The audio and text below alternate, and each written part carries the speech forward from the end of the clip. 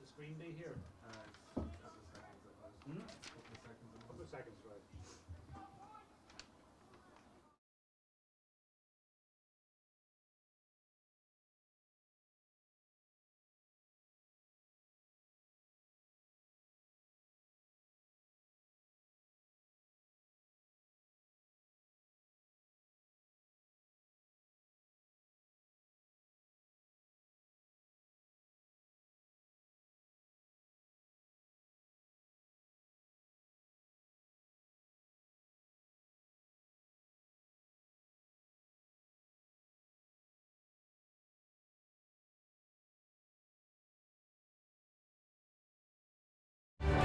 Ireland really does pack a punch around the globe. I think that was one of the clear things that we're trying to demonstrate here today. Tourism Ireland's global greening, for example, went from strength to strength. We were able to demonstrate how that, along with the power of the Irish diaspora, the 70 million people around the world, can really help to build a big part of Team Ireland around the globe and make the Rugby World Cup such a success. There's 10 venues. We've got to invest in those venues to make them suitable for the event. There's lots of marketing, organisation costs, all the kind of costs you might imagine. But as you say, significant benefits associated with ticketing revenues, but also in terms of the tourists. We expect 445,000 people to come to the event, and that's on the basis of looking at what happened in London, in New Zealand and in previous tournaments. So the rigour associated with making these estimates has been very detailed.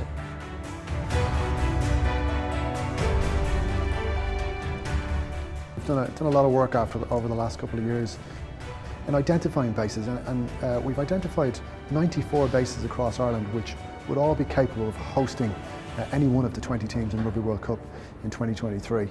But I suppose the key things that we would look for, 4-star plus, bedrooms, good sized beds, good quality nutritional food. We talk about distances to facilities. We try as much as possible to ensure that players are travelling at a reduced amount of times.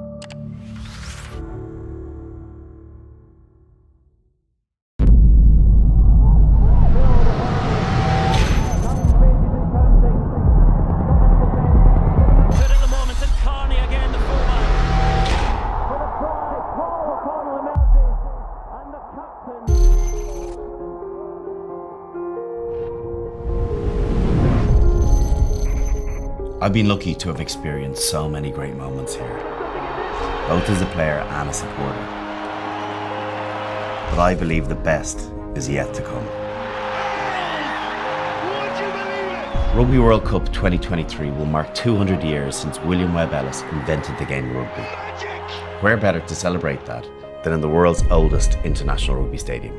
A stadium completely reborn just over 6 years ago, and now one of the world's greatest sporting venues.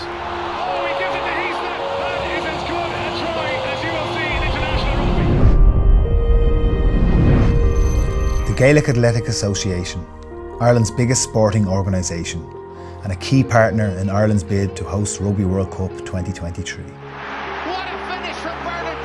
Over 1.5 million sports-mad people through the gates every year.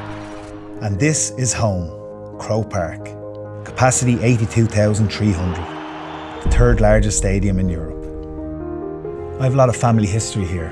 My uncle, my dad and my brothers all played here too. But this place is steeped in history, and every year a new chapter is written. And rugby is a part of that history. In 2007, England and Ireland played a game here of huge historical significance. A game that symbolised the modern Ireland. Whatever game is played here, the atmosphere is special. This is the heart of Dublin, less than a kilometre from the city's main street, the centre of Ireland's sporting universe. This place is ready to make history again. And this time, the world is invited. On On May 25th, 1987, I played in Ireland's first Rugby World Cup game. Now, nearly 30 years on, Ireland is ready to bring the World Cup to here, my spiritual rugby home, Ravenhill, Belfast. The roar of the crowd is special. This stadium's heart is huge. So many memorable moments. It's here that Japan won their first game at a Rugby World Cup. The stadium has evolved. Now it's state-of-the-art with world-class facilities. But two things remain unchanged: the way the team plays and the passion of the supporters. A passion born out of Ulster rugby expressing its unique identity and culture.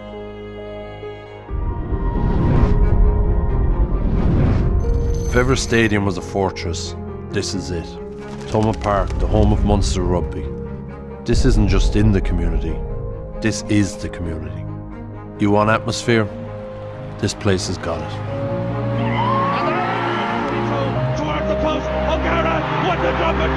This stadium, the crowd, it's inspirational.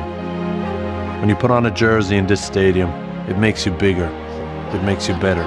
We went 12 years unbeaten here. And it all comes from the people, their passion. I've played all over the world, but nothing compares. And we are ready to host a tournament that will be like no other, with rugby at its heart, that will live in the memory for generations to come.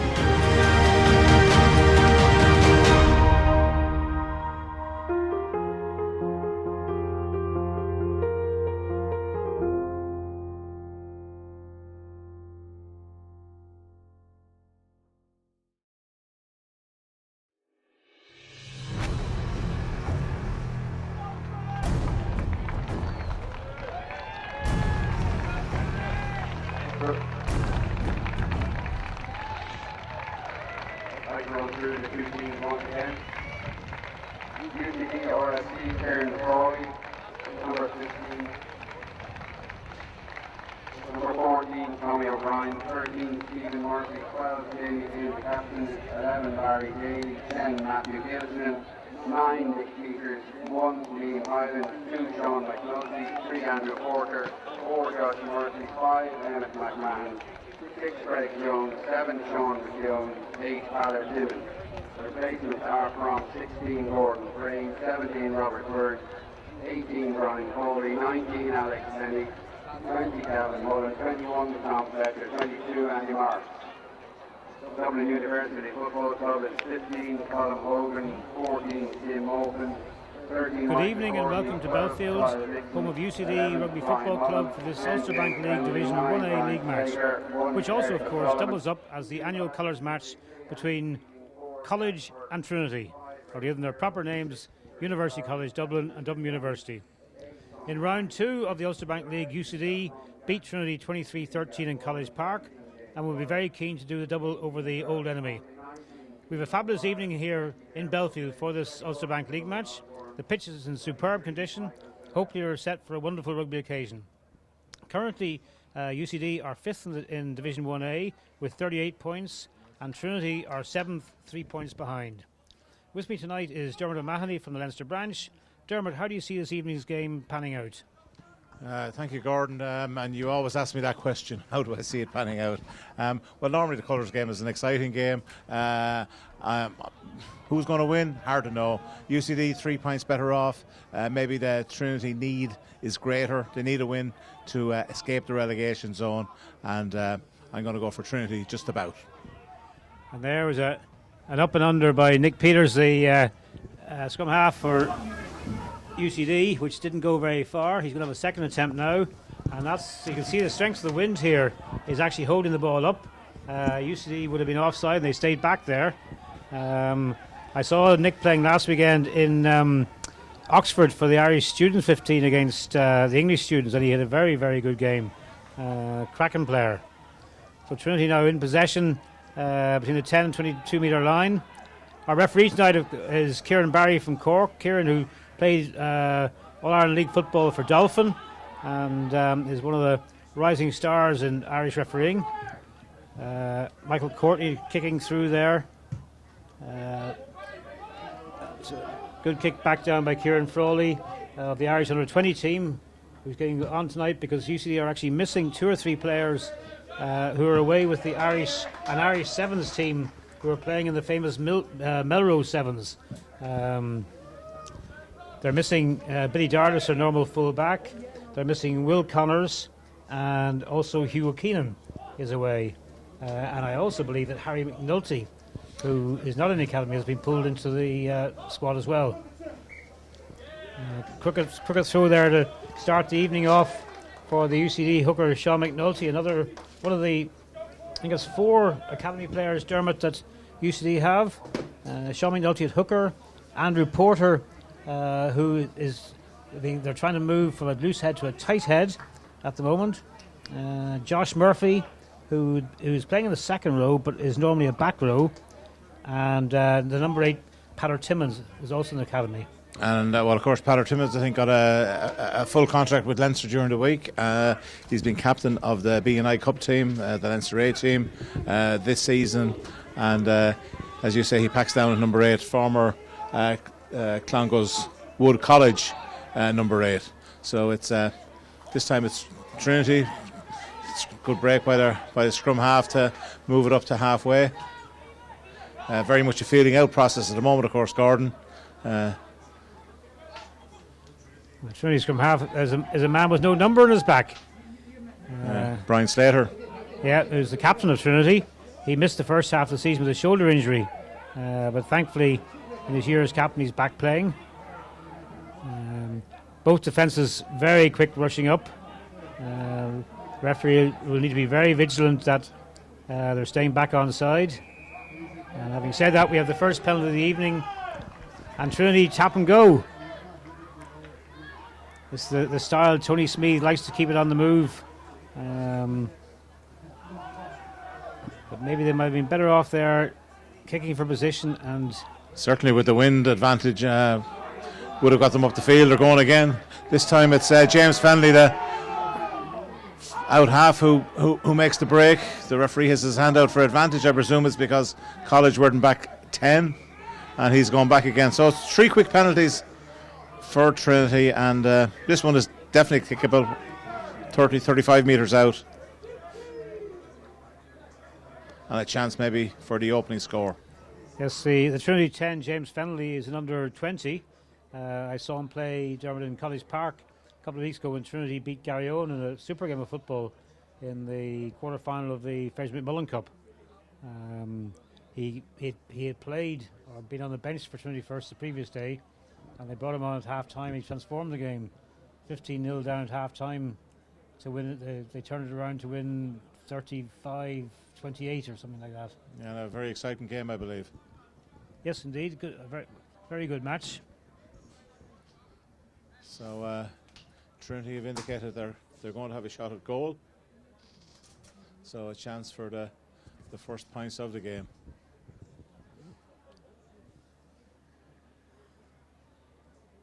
And the kicker for Trinity is Brian Mullen, who also played in Oxford last weekend. In the first half, the score was 19-0 at half-time, and he had scored all 19 points for the Irish students. That was the Irish students against the English universities? English universities mainly,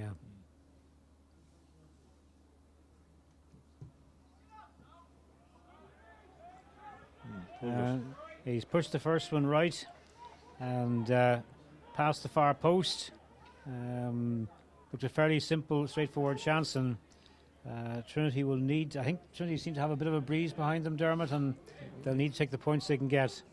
Yeah, well, if the first couple of kicks by Nick Peters, the UCD out half, was anything to go by, yes, the wind is certainly in Trinity's favour. So Trinity in possession on halfway, and the restart, seeking their launch and attack. Good defending by UCD.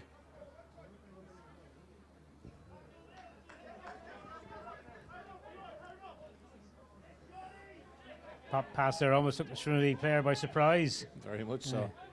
Yeah. Switching back inside, Michael Courtney, number 13 for Trinity, son of the former international referee Donald Courtney. But he's... yeah, he got isolated, and Andrew Porter was quickly there to established a jackal position, and the referee awarded a penalty to UCD, who are going to move it up the left flank. Yes, Matt Gilson, the out half, who was actually both halfbacks for UCD, played as halfback in the Students' International last weekend, Dermot. And Matt's father John was across, and I've never seen a happier man after the match. Finished in a 36-all draw, and John was euphoric after the game.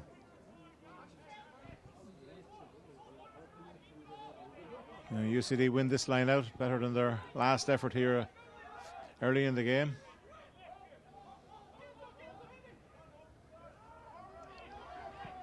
Gilson and dummy to go, but he looks a little bit slow there in trying to release that.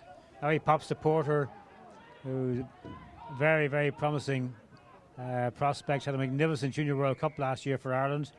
And now quick tap and go by Peters. Both sides looking to go very quickly.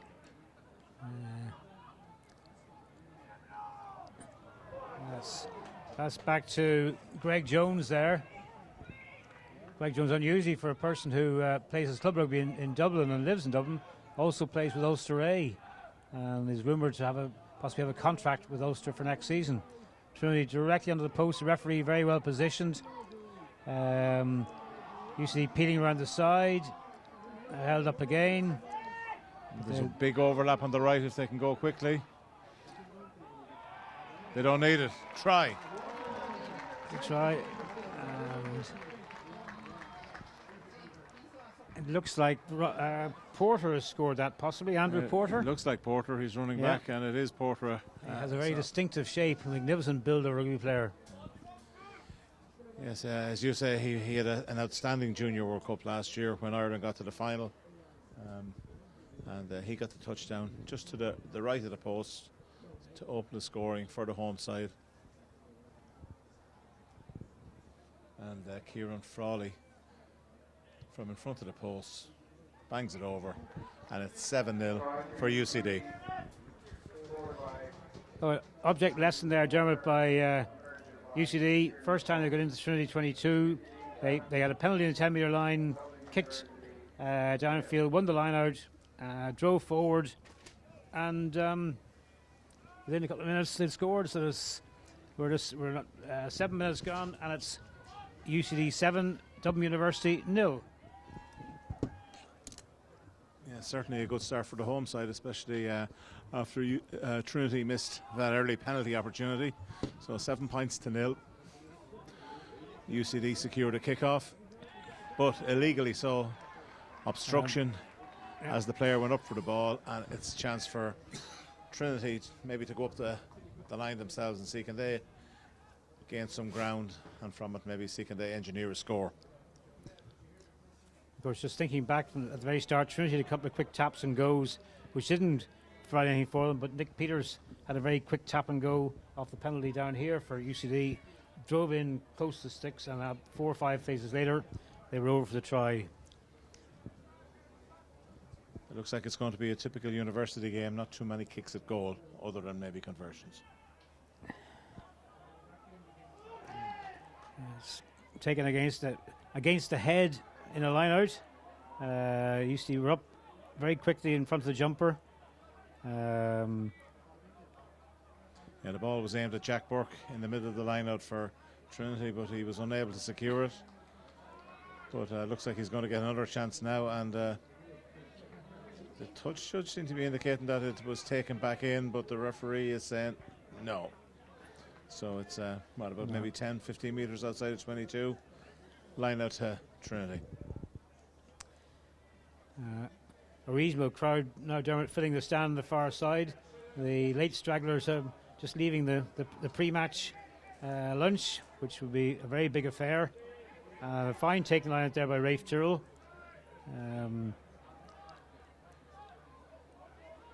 A pop out the back door. Brian Mullen driving forward. Now he got 2 tries in the first half last week in Oxford as part of his 19-point haul.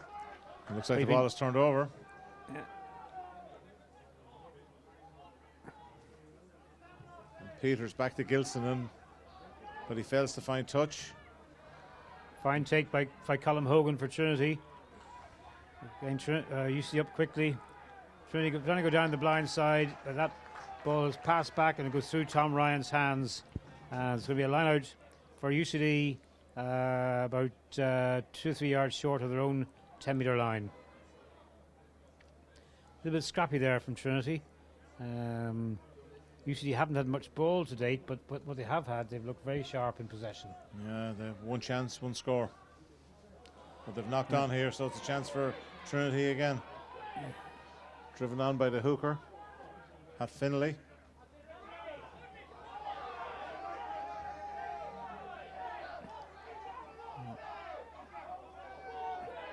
Trinity have got to ground there, and they've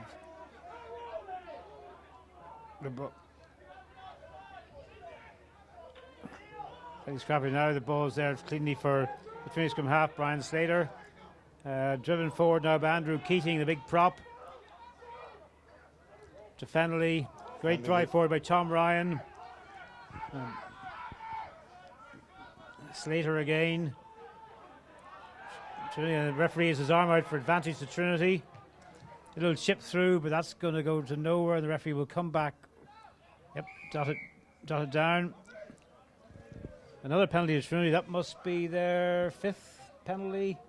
Yeah, it's quite a few, but Fennelly is certainly trying to vary the play. He's bringing different players in. He's little pop passes, and he's going to go down the right flank, aim for the corner, and he finds touch 5 metres out, I think. So now can Trinity get this line out right and engineer a possible score to get back into the game? And just looking across the way, the stand across the way is filling up, and there's still people coming through the turnstiles.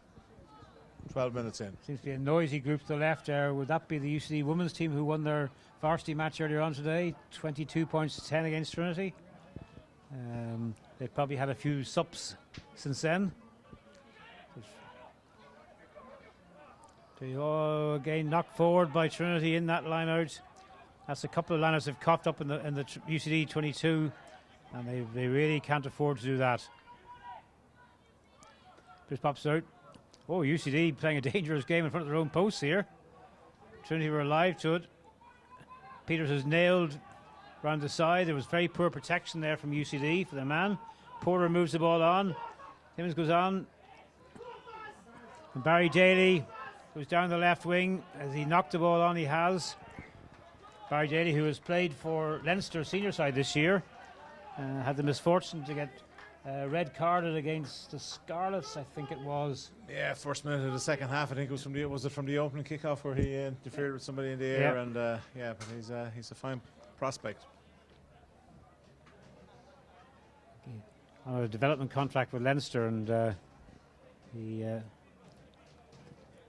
the games he's played a couple of games with Leinster, and he's played very well. He has powerful, indeed, yeah. Powerful guy. I saw him play for Leinster A against Nottingham. He's one of the few Leinster players who stood out in a very, very poor performance, and were beaten by a pretty poor Nottingham side in Donnybrook, which actually ultimately cost them qualification in that tournament. Pretty steady scrum by Trinity. Good looking Trinity scrum. Yeah, it's driving forward. Yeah.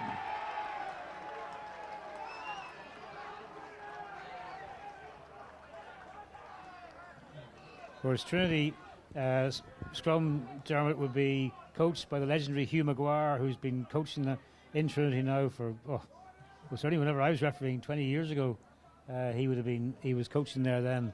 Only 20. Okay, 30 then. But I'm not sure he goes back that far. But he's given there wonderful. A long time, yeah. He's given wonderful service. Both himself and Tony Smeeth, the service they've given to Trinity has just been magnificent. Rolling out good sides every year, and this year they're back in Division 1A. They might need a couple more points to ensure the safety for the year. And another overthrown line out by Trinity has been knocked on there. And this is a problem now. Paddy Finlay, the hooker, has now missed his man on 3 occasions.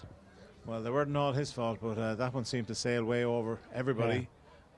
Yeah. Three golden opportunities inside the 22, and all spurned. Yeah. Paddy Finlay, if memory serves me right, is the grandson of the former Chief Justice. There's an interesting snippet for you, sir. I knew you'd come up with a nugget. Yep, a little nugget there, all right. So Trinity, UCD scrum inside the 22, fed by Nick Peters. And again, Trinity driving forward. But this time, Trinity are penalised for deliberately driving up. It's not if you drive straight and the opposition pop, that's ground. But that time, the Trinity front row looked like they were coming up to try and force UCD up. And Kieran Barry, the referee, is a judge. That was a problem with the Trinity scrum. Well, after watching the last couple of scrums, I'm sure UCD won't want too many scrums because they're certainly in trouble there, even with Andrew Porter. And of course, Andrew Porter was a loose head. He was one of the nominees, I think, for the Player of the Year last year in the Junior World Cup. And he's moved from loose head across the tight head. I think Leinster, in conjunction with Irish Rugby, are trying to turn him into a tight head because with the build he has, he'd be a wonderful asset to Irish Rugby in the years to come. Ireland seem well stocked with loose heads, with Jack McGrath and Keane Healy for starters. Dave Kilcoyne. Yeah, James Cronin. But we're not so well stocked on the tight head side. Oh, Patter Tim's up like a light there on Colin Hogan. Good size to get himself out of trouble. Poor pass there by Slater. Michael Courtney jinking back inside. Is nailed. Sets the ball up. And a comedy of errors. Extremely sloppy. I think somebody screaming for a penalty there because it came back off a Trinity player that wasn't intended to see the ball. And Dermot, I just see here in front of our commentary box the legendary former Irish international referee, Mr. John West, who's trying to get his programme open. He obviously hasn't heard me, but a great supporter of Trinity Rugby over all these years. Yes, indeed. Legendary man of Trinity, legendary man of Irish Rugby, and of course past president of the Leinster branch, and great rugby man.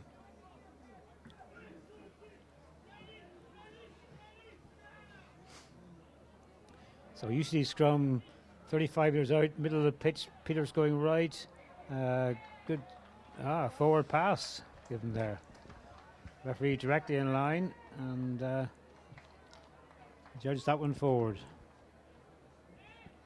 Yes, it's all gone a bit scrappy, hasn't it? Yeah.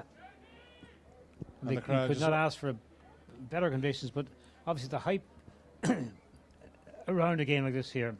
Yes, it's an Ulster Bank League match, but first and foremost, it is the annual colours match between the two sides. And that means an awful lot for a player to be able to say in later years he won his colour for whichever university it is. And Bobby Byrne was saying to us beforehand that Hugh Keenan was saying to him, why do I have to go and play in the sevens? I might never have a chance to win my colours. I've never won one. And here I am missing out in this match because I have to go and play sevens. Yes, he's a fine player and the sevens may be good for his development, but to play in a colours match is a standout point of any player's career. And as we look across at the scrum, we can still see in the distance people coming through the turnstile, so must have been a very good lunch, Gordon. And we weren't invited. I don't know. Come on, Kay Bone. It's your turn next year to get us invited whenever Trinity are hosting it.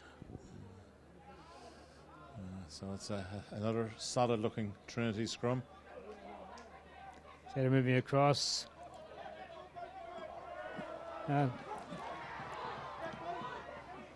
Well intercepted by Frawley there. Yeah. Saved a difficult situation for himself there. Trinity moved it well. Right winger Tim Maupin, who is a USA international, had a good handoff from the first man, threw it back inside. Yeah, Barry Daly is getting a little bit of attention here in front of us. He was involved in the tackle, and the referee, I think, he's going to play on. He's not. He's playing on. I thought he was going to stop.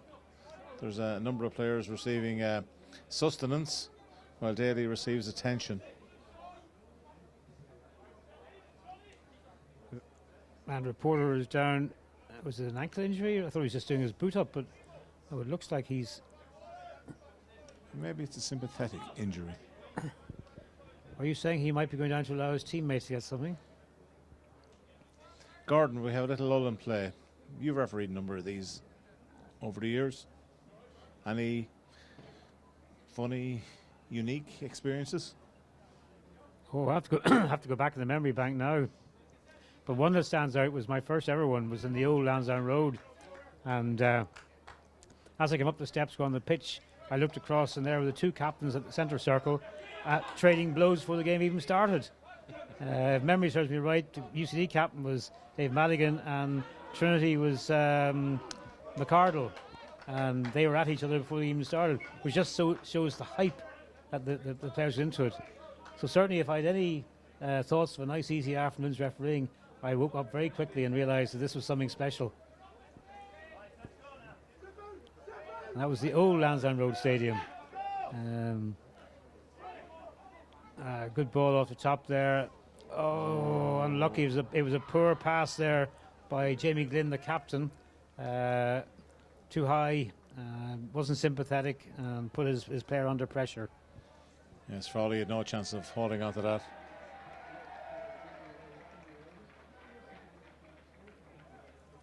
So scrum on halfway for Trinity. This has certainly been their strong point. Their scrummaging has been rock solid. Earned them a penalty. They also conceded one, but they've looked very solid on their own ball. So can they use this as a platform to launch an attack? Yes, they need something. They have a bit of a breeze behind them, and we're almost 22 minutes into the game, and they haven't registered on the scoreboard yet, mainly because of a slightly malfunctioning line-out. And again, UCD trying to keep it alive from a Trinity mistake there on the far side. The problem appears to be that the passes are being thrown very hard. There's no sympathy. No. Josh Murphy, normally a back row playing the second row, moved that ball on. Now dummies down the right hand side by UCD. It was Jamie Glynn, I think was. I think that was Greg Jones then drove onto that one there. Trinity are trying to get over the top. And Kieran Barry, the referee, saying they played the ball on the ground after the ruck was formed. It's okay if they jackal over at the start, but once the ruck is formed, then they cannot play the ball. And they continue to do so. That was a sharp move, Dermot, on the right-hand side by UCD. Yeah, Jamie Glynn, the centre, made good progress on the right flank. And then they won the penalty on the 22. So they have another chance, about 10 metres out. Certainly the better of the two lineouts is the UCD lineout. And they win it at the front through Murphy. Good defence from Trinity initially, driving them back, but now UCD have got their rolling ball forward. Porter with the ball at the back, charging off, using the power there to brush aside the first Trinity defender. This looks like a carbon copy of what we saw before, Dermot. They've nearly gave it away there.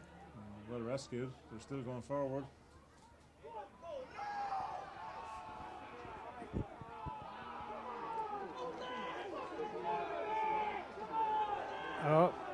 Offside here by Trinity.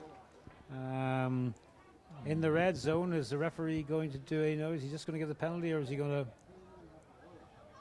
No, he's not giving. Looks like it's just a penalty. And UCD are going to take a kick at goal. Yes, I would have thought he would have maybe even considered a yellow card there, considering where it was, but or at the very minimum, have spoken to the Trinity captain. You just cannot afford to infringe in positions like that there. So with almost 25 minutes on the clock, it gives Kieran Frawley a chance to make it a 2-score game, extend the lead to 10 points. Straightforward enough, but don't forget he is kicking into a fresh enough breeze.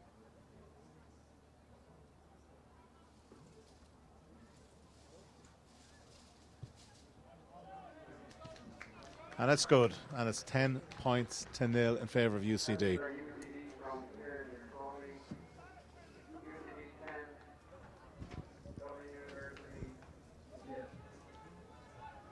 And that scoreline read out by Rory McMahon, the former Wanderers full-back, probably with relish, as his son Emmett is in the second row for UCD yet again. He seems to be in this university side for many, many years. In fact, I know Rory was hoping that he would Emmett might have left UCD at the end of last year and come and play for Wanderers to give them the boost they would need, but he decided to stay in UCD and has been ever present in the second row all season. And Fennelly moving that ball on there to Pierce Dargan, laid back in the Trinity side. Fennelly pulling the strings here. But the tackling is very good. Colm Hogan there is tackled. Ball is ripped clear from Keith.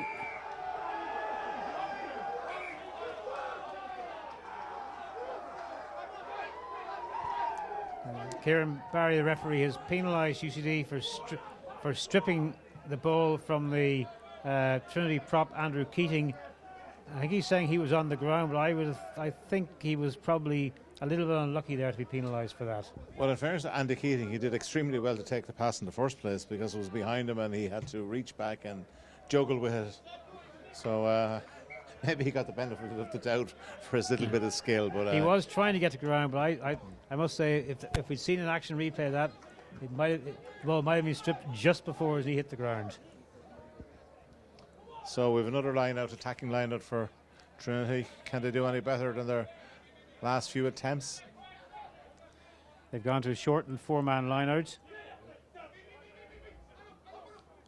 Oh, it's a great effort there by Emmett McMahon to try and steal that, but Trinity won it well. Now they're moving it left.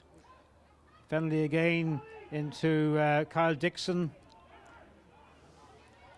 And driving around the side, short popping passes. The UCD defence looks very well marshalled.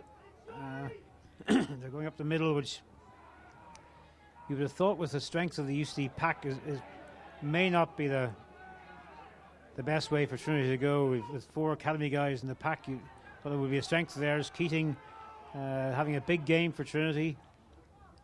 Lays the ball back. Porter again tried to get into the jackal position, but was unsuccessful that time. Paddy Finlay driving forward. Fennelly pops a short ball. But this looks, Dermot, like a very well organised UCD defence. Michael Courtney driving forward. He was brought down there by Jamie Glynn, the UCD captain. And this is probably the best spell Trinity have had of continuous pressure. They're not making a huge amount of yardage, but the realigning of Fennelly there is, he realised if he'd given that there, it would have been a hospital pass to his man. So he took the hit himself and has set the ball back up. We must be through, what, 10, 12 phases now, Dermot? Yeah, but all they've done is move left, right, left, right. They've really made no ground. As you say, a rock solid UCD defence. Yeah.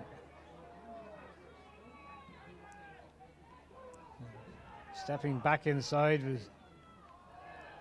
Oh. That looked forward from here, but it's, I see the referee is going to give the try, yeah, so Trinity are on the board. We look back at our producers here to see, can we have an action replay, please? But unfortunately, no, it's not possible. It was a high floated pass. In fairness to Kieran Barry, he was directly in line. He was, yeah, absolutely. And I think you were maybe conned there by the unusual style of pass. It was kind of a lobbed, floated pass out wide. But Brian Mullen is in great try-scoring form, having scored 2 tries for the Irish students last weekend over in Oxford. He fairly romped in there, and that's a score that Trinity desperately needed to get a bit of life into this game. Yeah, absolutely. And then there was a little bit of afters, but Mullen has hopefully calmed down a little, and he leads as he lines up this kick. This is not a million miles away from the earlier penalty miss he had, maybe a bit further left. But 10-5, they're back in the game.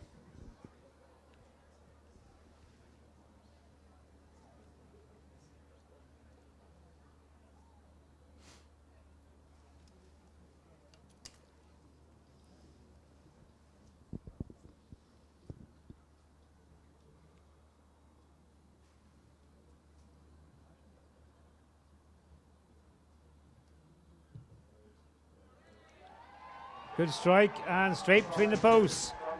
So Brian Mullen's successful goal. In the old terminology, a try and a conversion equals a goal. Next score, UCD 10 points, Dublin University 7. We've had 30 minutes of the game, so about 10 minutes to half time. Yeah, it was interesting because they had moved the ball left and right, and they really were going nowhere along the 22, and then suddenly they made a yard or two around the fringes, and the floated pass completely undid the UCD defence, and Mullen skated in. I'm glad you've now admitted the fact it was a floated pass and wasn't forward. Your initial reaction. So UCD, Trinity actually put a man in the air to catch that, but it sailed well over his head. Big misjudgment, but UCD, I think it was Patter Timmins knocked on in trying to get out. So now we have a Trinity scrum just outside their 22. Their scrum has been very powerful all night, as with all scrums coached by Hugh Maguire, who has always put a lot of store, as did his predecessor in Trinity, the great Rody Meats. In fact, many a person said the only part of the game that really existed was the scrum in Rowley's mind. Look at that, Dermot. Another great scrum by Trinity. And Porter has popped on the far side. And this, I have no doubt that Andrew Porter will become a very good tight head in time, but he's very new to the position, and a huge difference between loose head, where he would be used to popping tight heads up at will. He's now having to take the pressure there. It's very much a learning curve for him, and it's a little bit of a problem for UCD here in that regard. And he's up against Liam Hyland, the loose head, former Cistercian College Ross Gray prop, and he's certainly a handful. Another good take there by Jack Burke. Really driving forward. Trinity certainly playing with a lot of life here. Slater's coming back right. Colin Hogan driving forward. He lays it back, but it's untidy. Slater takes a quite legally driving UCD maul there. Good pick up there, a poor pass by Fennelly. And the UCD are up so fast. Jamie Glynn there must have been very borderline at best. Change attack from Fennelly. He goes to the kick, which is unfortunately just faded, tailed off into touch. Looked initially like a fine kick over Barry Daly's head, but we're all the way back now to a line out for UCD just inside the Trinity 10-metre line. Yeah, it certainly looked a good kick as it left his boot, but I think the wind caught it and it suddenly tailed off at an alarming rate and went into touch 4 or 5 yards over the line. Deep throw by UCD from Sean McNulty, the academy hooker there. Well taken the back, popped on, and knocked on by Porter, was it? I think it was indeed. Normally his hands are very good. But maybe it's a little bit more simply in those passes, pop passes rather than fired passes.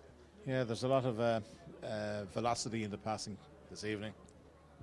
Velocity? Yeah, I learned that word somewhere today.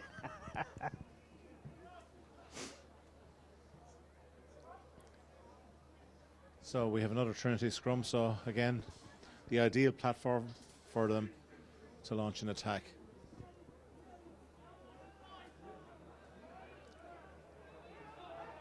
Now UCD putting a bit of pressure on the Trinity scrum there. Kieran Barry says we'll reset that, and maybe just have a word with UCD. Don't try and walk the scrum around. You can push straight, and if it wheels, that's grand. But you can't walk it around, and that's the second time they've tried to do that to UCD, to a Trinity scrum. And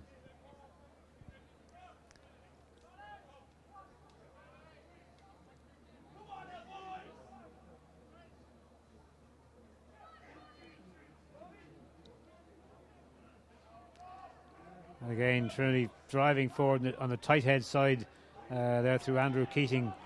What a strong player he is. Finally popping back inside to Hogan. No real progress there. Slater again.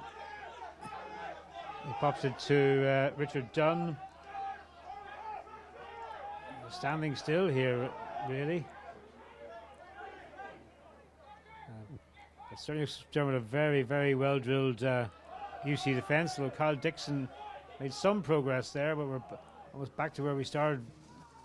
And now Fennelly goes to the air again, and straight out. For the second time, he hasn't been kicking, and now he's gone to the air twice, and on both occasions he's put the ball straight out. Yeah, I think the strength of the UCD defence was evident there in that the ball was driven off the scrum up to the halfway line, and then 2-3 phases later, Trinity are back on their own 10, and they're forced to kick. So the UCD defence is very, very strong. It was knocked on there by UCD. Trinity have it anyway. Jamie Glynn is up so fast in defence, it's borderline. Michael Cunningham or Michael Courtney. Ball ripped from him. Sorry, it was Colin Hogan there. He stripped that one. The referee has given it as a strip back rather than knock on. And now Tommy O'Brien, the Irish under 20 winger, get a run down the right there. Kick down into the Trinity 22. Colin Hogan is back. And he sliced that kick. And here come UCD again. Matt Gilston out to Barry Daly. Will he decide to take the fence on? Ball in one hand. Not the most advisable thing, but maybe that's the confidence of a player who's played with Leinster this season. Emmett Mahon drove forward there, went to deck. Gilston feeding again. Now it's one of the Trinity defence to be well up. UCD breaking down the right. Is that Tommy O'Brien? Kicking ahead. If the hop goes for him. Oh, it went on. Oh, he's given the try. I was given the try.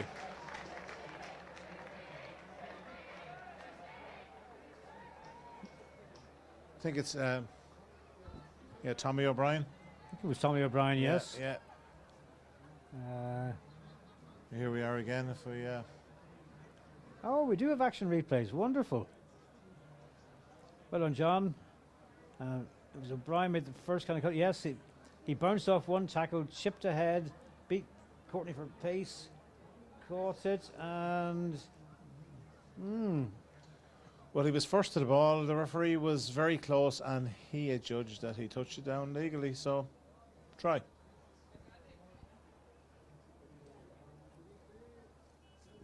If we had a TMO, I think that would have been quite interesting.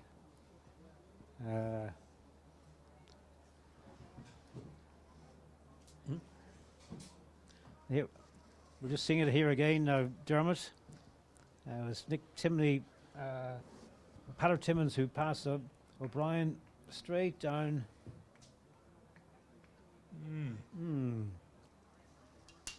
I'm not sure his hands actually got to that. Maybe it was the try stands. Conversion from Kieran Frawley, and UCD now lead by 17 points to 7.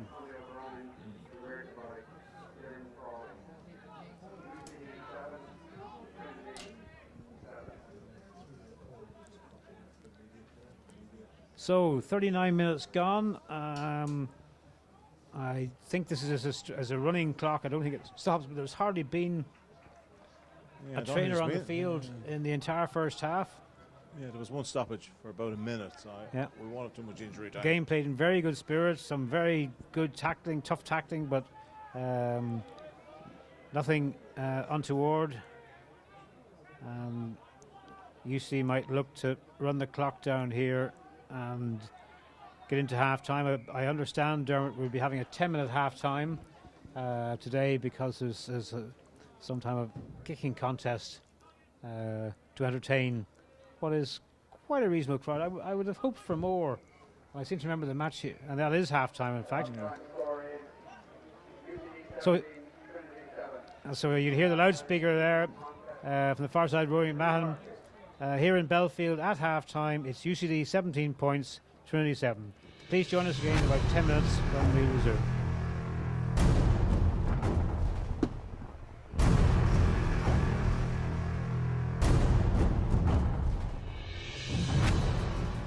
What a place to hold a World Cup. The Rugby World Cup really relies on ticket revenues to pay for the commercial programme, pay for the entire infrastructure of the World Cup. Full venues with fans turning up having bought a ticket are critical.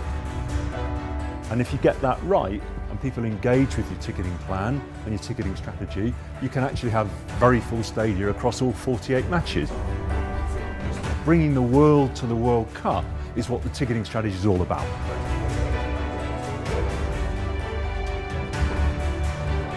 Ireland really does pack a punch around the globe. I think that was one of the clear things that we were trying to demonstrate here today. Tourism Ireland's global greening, for example, went from strength to strength. We were able to demonstrate how that, along with the power of the Irish diaspora, the 70 million people around the world, can really help to build a big part of Team Ireland around the globe and make the Rugby World Cup such a success. There's 10 venues. We've got to invest in those venues to make them suitable for the event. There's lots of marketing, organisation costs, all the kind of costs you might imagine. But as you say, significant benefits associated with ticketing revenues, but also in terms of the tourists. We expect 445,000 people to come to the event, and that's on the basis of looking at what happened in London, in New Zealand and in previous tournaments. So the rigour associated with making these estimates has been very detailed.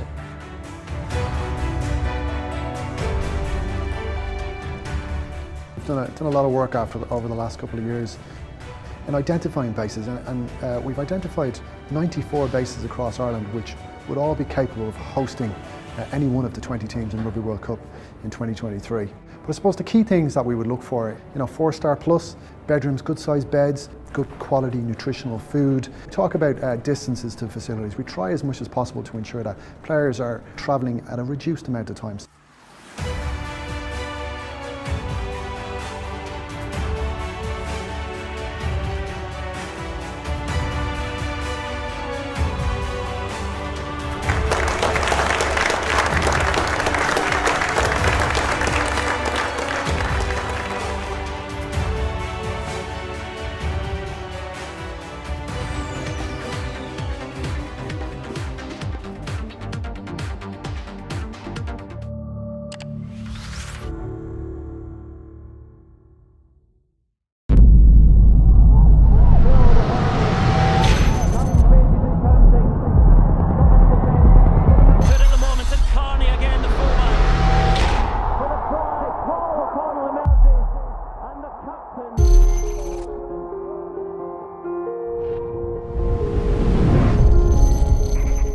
I've been lucky to have experienced so many great moments here, both as a player and a supporter.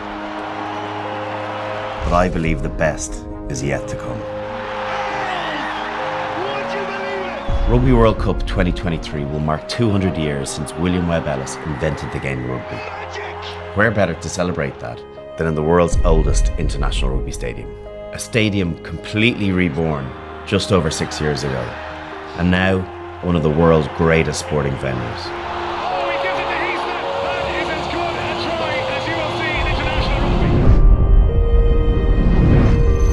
The Gaelic Athletic Association, Ireland's biggest sporting organisation, and a key partner in Ireland's bid to host Rugby World Cup 2023.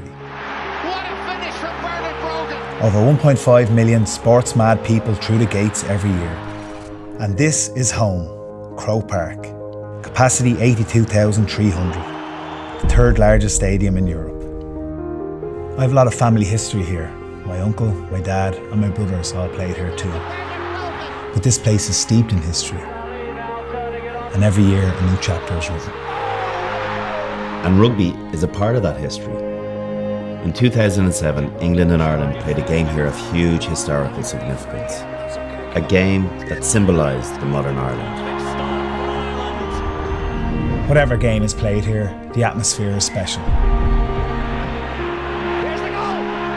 This is the heart of Dublin, less than a kilometre from the city's main street, the centre of Ireland's sporting universe.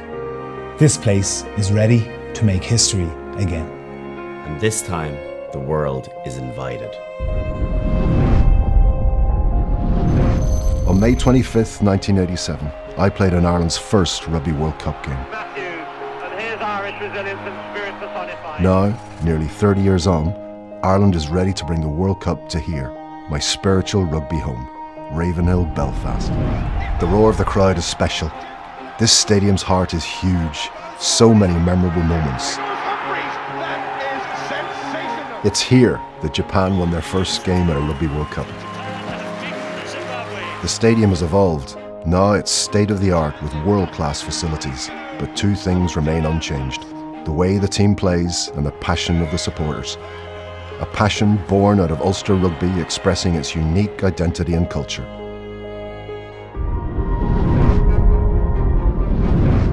If ever stadium was a fortress, this is it. Thomond Park, the home of Munster rugby. This isn't just in the community, this is the community. You want atmosphere? This place has got it.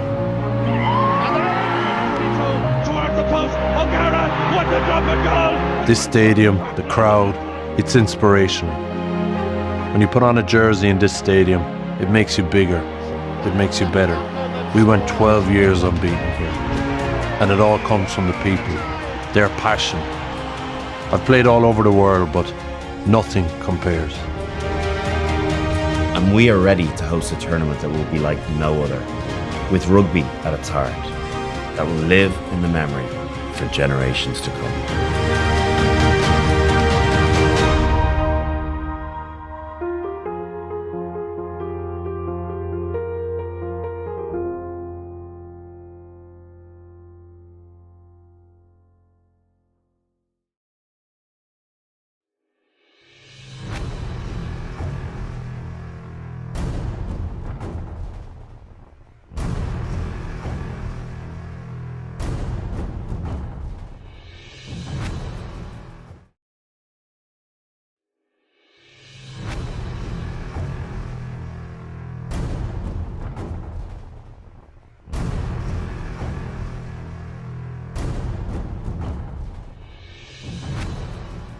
What a place to hold a World Cup. The Rugby World Cup really relies on ticket revenues to pay for the commercial programme, pay for the entire infrastructure of the World Cup. Full venues with fans turning up having bought a ticket are critical.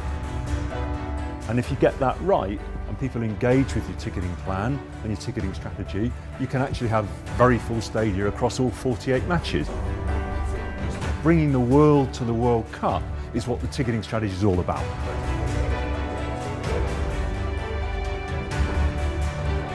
Ireland really does pack a punch around the globe. I think that was one of the clear things that we're trying to demonstrate here today. Tourism Ireland's global greening, for example, went from strength to strength. We were able to demonstrate how that, along with the power of the Irish diaspora, the 70 million people around the world, can really help to build a big part of Team Ireland around the globe and make the Rugby World Cup such a success.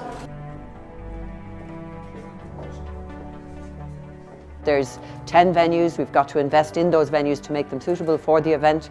There's lots of marketing, organisation costs, all the kind of costs you might imagine.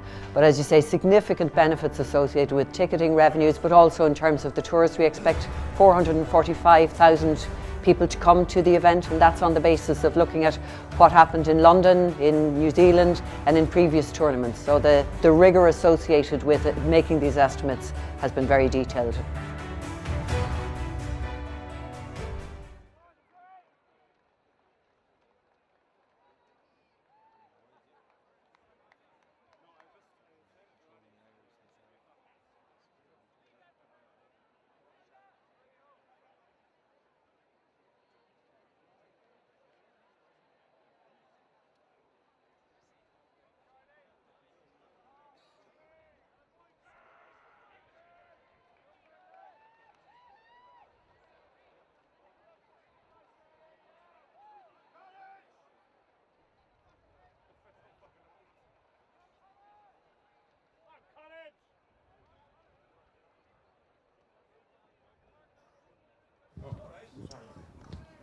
If I keep ready, he needs to do some work. Welcome back to Belfield for the second half of this Ulster Bank League match between University College Dublin and Trinity. Second half about to start. UCD leading by 17 points to 7 at half time. They'll be playing from left to right as you look on your screen, and they will have a bit of a breeze behind them. The flag seems to have gone fairly quiet, Dermot.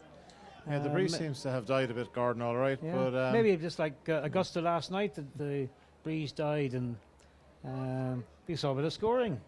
And while the sun is shining, its temperature is dropping rather rapidly. It's after getting very cool. Substitution on the UCD side.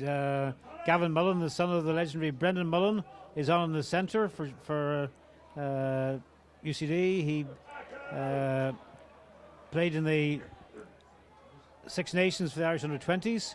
Looks like Jamie Glynn may not be there. I'm just having a look around to see who's not there for UCD.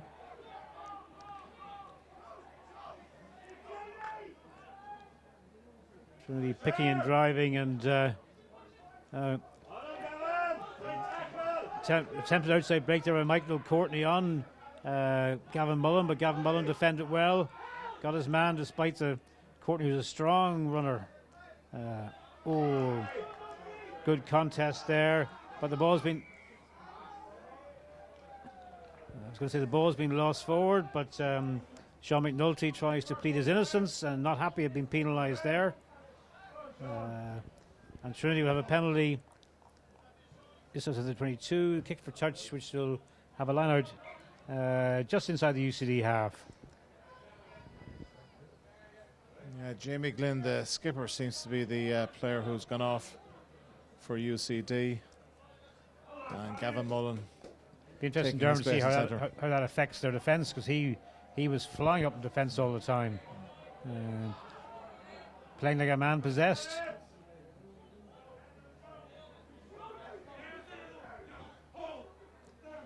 And that's a better line now, combination there between Paddy Finlay and Jack Burke. But Trinity have made a mess of it. Kyle Dixon is nailed a good 20 yards behind where the line-out took place. Again, Andrew Keating making a strong drive forward, using his considerable physique to good account in this game.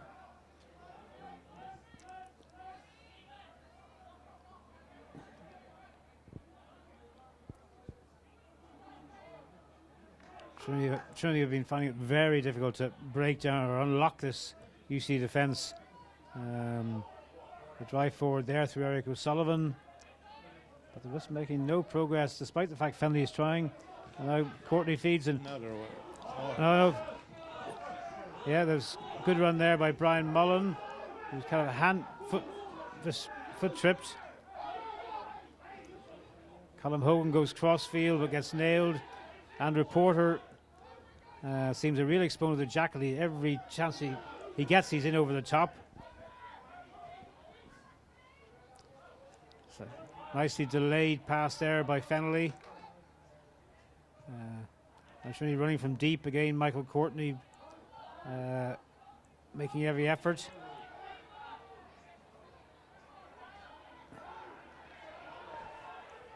Trinity maintain possession, but again, solid, rock solid defence from UCD.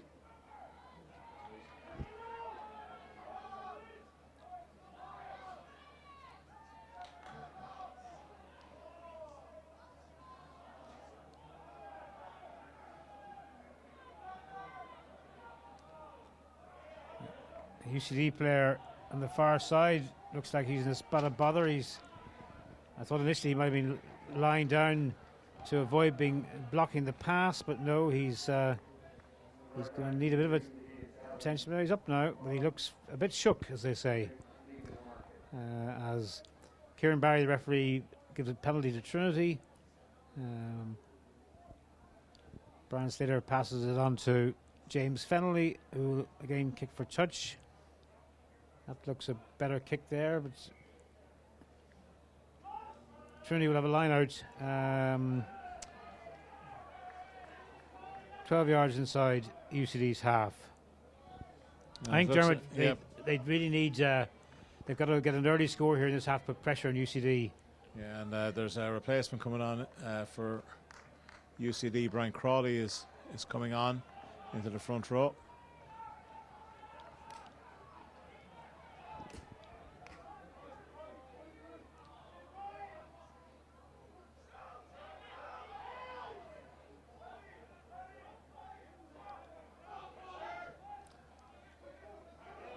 There's a lovely range of passes that Fennelly is giving out, Dermot, but he's still having trouble. Now he's a little chip through, but that just goes into touch. Pity there, because Mullen was chasing very hard, and if that had stayed in, it could have been interesting.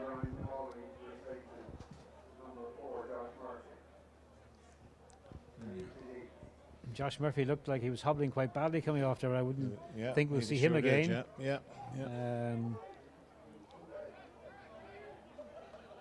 Looks like we could have a change here for Trinity as well. Yeah. The fact that we have had a change. Number 19, Keane O'Dwyer, has come on, and he has replaced Brian Slater, the captain. So must be an injury. He's had an injury-riddled season as Slater.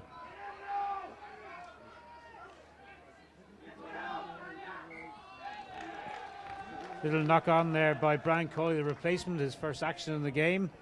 Knocks it forward. He has been pretty regular in the second row throughout the season.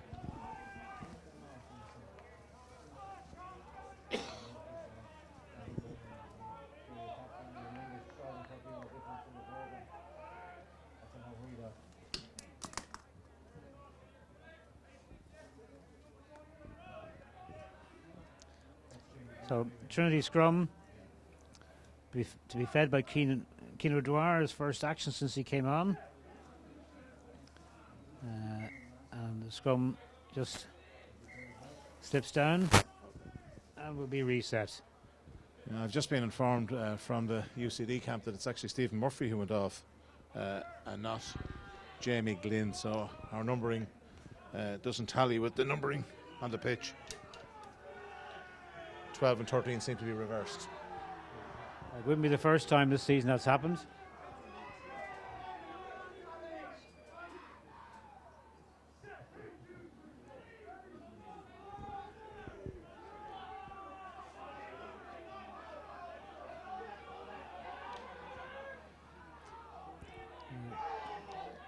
Intricate little move coming across Dwyer, but now the UCD defence is very well set. There was almost a space there earlier on, didn't quite work, so Trinity now are in midfield, spreading the options. Cut back ball there by Fennelly. It's a kick through by Kyle Dixon. He did very well, because Barry Daly was up on top of him, and he did well to get the ball down so far, and it's now on the 5 metre line, and UCD attempting to exit from there.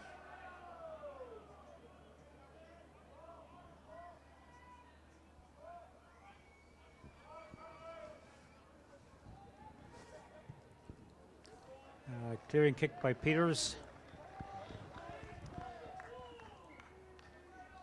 Takes play about 10 yards outside the UCD 22. Encouraging start to the second half for Trinity, just the same, Gordon, but I think they need to score now fairly shortly to get back into it. They do, and they really are struggling to unlock this very good UCD defence. They've got to find a little bit of inspiration from somewhere, or a bit of luck. They do have two good wingers. That was here. Could this be it? It was an overthrow. It was well picked up by Keating at the back. A little pop ball inside, almost opened the gap. And now we have Richard Dunn driving forward. Fennelly again with his options. He's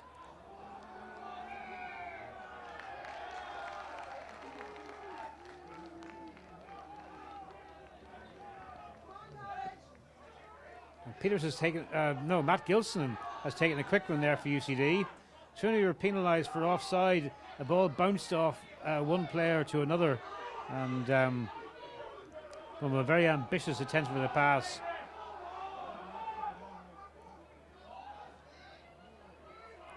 UCD spread it across. Cawley making a run up the middle. Ball's played back by Sean McKeown there. See, this is the difference, Dermot. When UCD do get ball, They are quite direct, and but having just said that, there the ball goes forward. Commentator's nightmare. Commentator's curse, I should say. Yeah. A lovely knock on, just as you were praising him. Yeah. But they do seem to be more powerful, more direct, and they do make more decisions. The thing is, they haven't had much ball in the game. In fairness, the Trinity pack has won a lot of ball, but you're always to say if the Trinity pack played with the UCD backs. And that was a good drive by Greg Jones there. He made about 10 metres. Yeah. And now we have a change for Trinity. Number 21, Rowan Osborne, is entering the fray.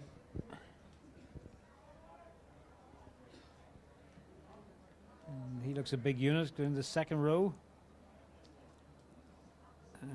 Is that Rafe Tyrrell who's coming off?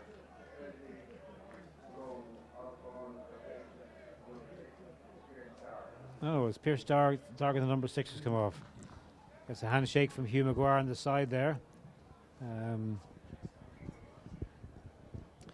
course, Dermot, in the Ulster Bank League, we do have rolling replacements. You can have 12 rolling replacements during the game, so it gives the coaches more scope to get players on for bursts, get fresh legs on, and still have the option of bringing back on a starter later on in the game.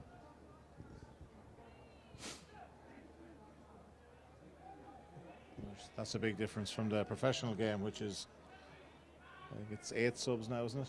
8 subs, yeah. And UCD are wheeling the Trinity scrum around. Trinity bringing Maupin in there. Skip past Courtney again, trying the outside break. But he's nailed by Jamie Glynn.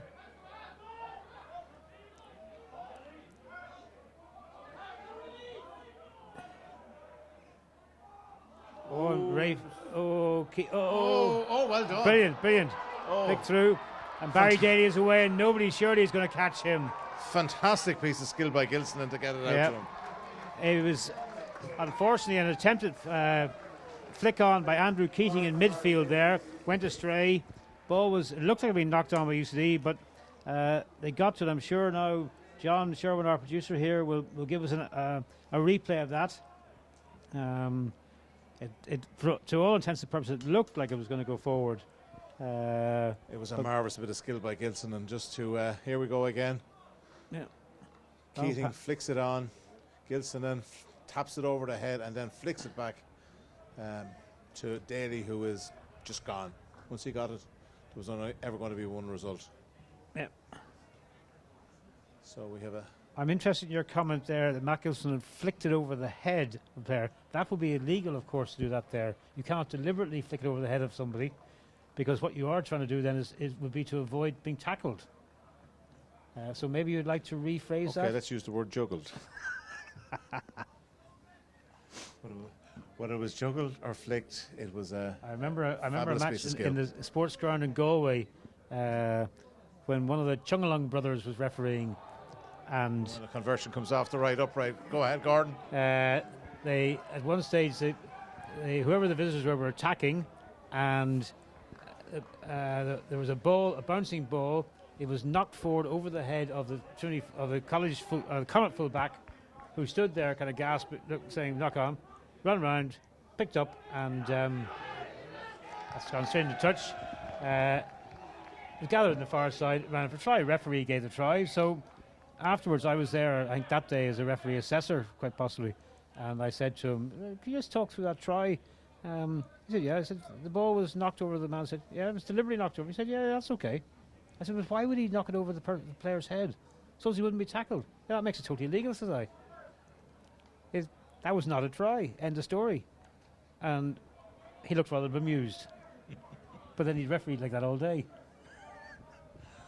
We digress. Sorry, the score now is 22 points to 7 for UCD. And it's a scrum down halfway line, UCD. So UCD have 3 tries, Dermot, 1 more for a bonus point. And this game is sadly getting a little bit away from Trinity.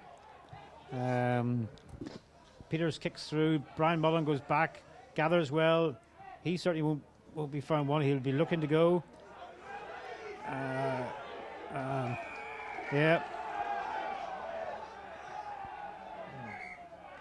In think Gavin Mullen felt he'd won the turnover there, but the referee said otherwise.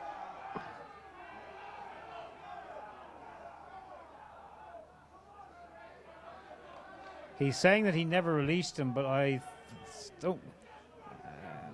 We had a different view, but We had. he's the man that counts. Yeah. Certainly very, very well placed for it. I mean, that has to be hugely discouraging for Trinity. They spent the first 10 minutes of the second half probing and attacking and doing their utmost to score, and unfortunately they conceded a try. Bit of a sucker blow really, and they're now trailing by 15 points.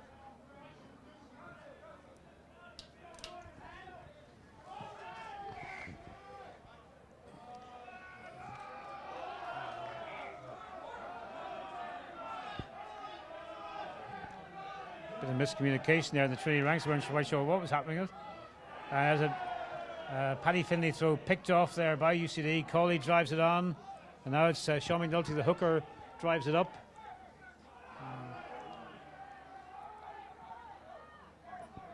Cawley's been very involved since he came on. Advantage now to UCD, being signalled by the referee. Again, we're on the ground. Good hands there. Yeah, Gavin Mullen got that away well. Yeah.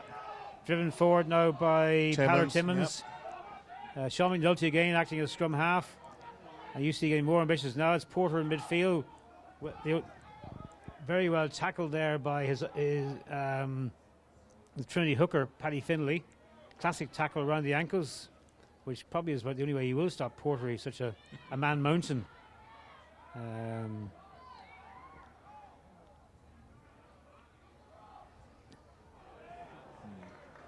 Good offload by UCD in midfield, and they get a chance again. Gilsonen, Mullen. Looking for the space there.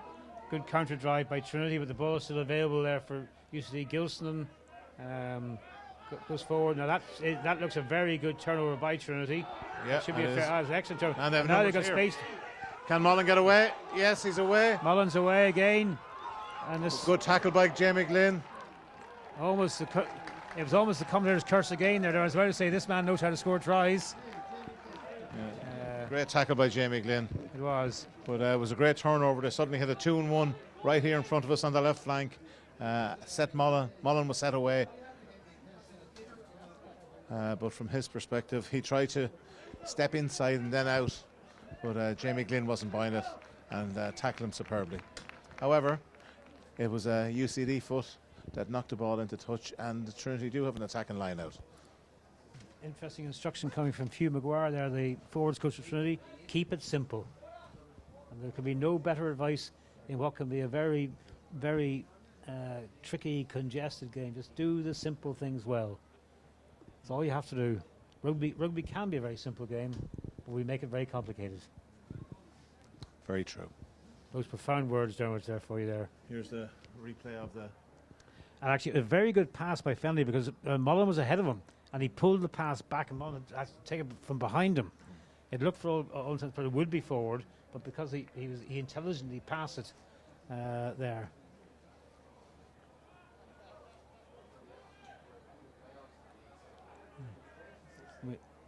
We talked about how good the UCD defence was, Dermot, but that occasion they were found wanting down the blind. Good catch by Trinity. First time they've got a line out in a decent position. Now what can their pack do? And they got a bit of a drive going forwards. Got a bit of a drive going. Paddy Finlay has the ball at the back. The scrum half is trying to take it out. Maybe was that referee's the handout for advantage. It is a penalty. Oh, nice! Brilliant ball through his legs by Finlay. This guy has got a bag of tricks that he's displaying here tonight. Courtney sets it back, but it's knocked down. But I think the referee's going to come back for the penalty. Trinity will go for the quick tap, will they? Number 22, Michael Sylvester, was running with intent there. Change the UCD side. So I see the out half, Matt Gilson, is in the box here. So UCD are ringing the changes. I'm not quite sure who's gone on at 10 for them. I think Trinity are up for a scrum here. Could it be Tom Fletcher, who has been a regular in the centre all season? Or maybe possibly Jamie Glynn has gone into our half. I've seen him play there early on the season. Jamie Glynn is staying out. It's right. Chain. Here we go. The powerful Trinity scrum with a chance to see can they register points. So they've opted for the scrum on the penalty. Yeah, but the scrum goes down. So we've our time is I thought it was frozen there. We're almost up to the hour mark. So Trinity very definitely have to get a score here to make this a contest.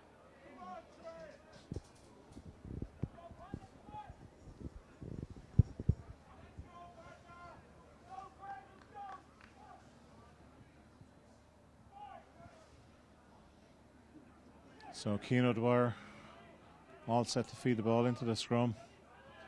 In it goes. Ball scrum shunts to the left. Ball is out and the referee's given a penalty, penalising UCD again. Much to the dismay of the home support.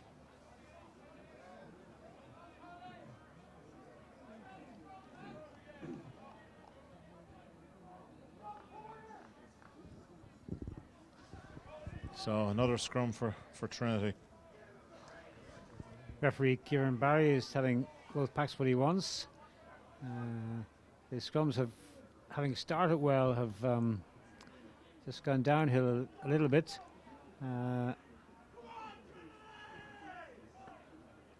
You'd imagine here that Eric O'Sullivan will try and put a lot of pressure on Andrew Porter. It stays steady now at the start.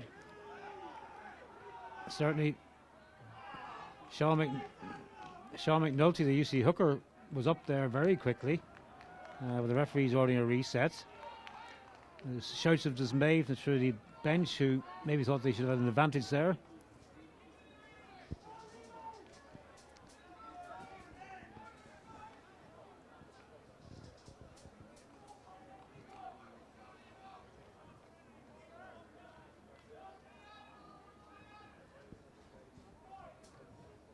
So here we go again. O'Dwyer taps and in she goes. And now they've got it creeping forward. And the referee's given another penalty for wheeling the scrum around. They also popped up, and there are a group of supporters behind the Trinity bench down here dressed in dicky bows. Maybe they've had a few light libations beforehand and they're getting quite vocal now on what's happening down the far end of the pitch from them.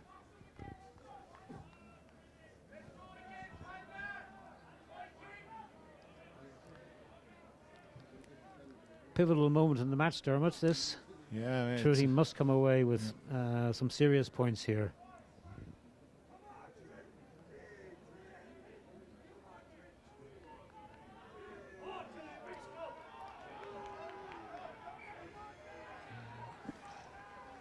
Scrum goes down, reset. So we've had 3 penalties and a number of resets. And we've had almost nearly 4 minutes wasted up in this corner. This is one of the. This must be something that World Rugby have to look at. Is the waste in reset scrums, the waste of time. It's the scourge of rugby. Is there a way of stopping the clock once a scrum has been reset I would and resumed? Yeah, I would suggest that if a scrum goes down and there is no sanction to be awarded, then the clock is stopped and we stop wasting all this time. And Trinity going forward again, driving forward. And the penalty try has been awarded. The referee has finally lost patience with the UCD scrum.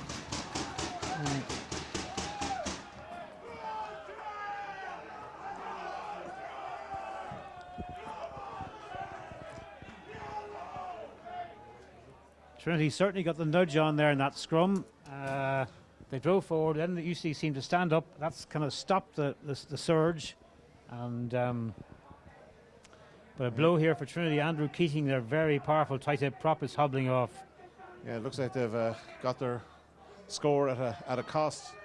Yeah, because Keating has been very prominent, not just into scrummaging, but yeah, in the loose as well. Another large prop has come on, number 17, who Charlie Connolly, but we were just wondering were those numbers correct beforehand? Yeah, we think 17 and 18 may be different, so maybe James Bollard. We're not, if we can find out, we'll. I think the Trinity sideline is too involved in the game to give us the nod on who's who.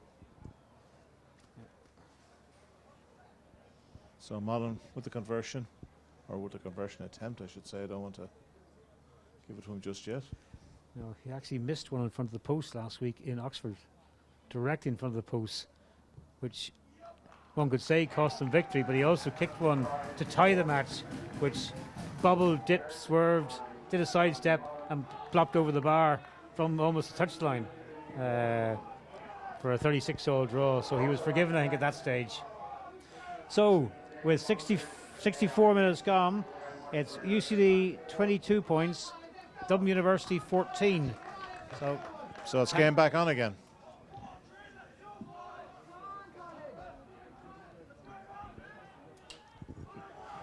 Trinity claimed yeah, Tim Maupin there saying that the American, who's a very powerful runner, he hasn't had much chance today in terms of running. Trinity used the full back, the pull back.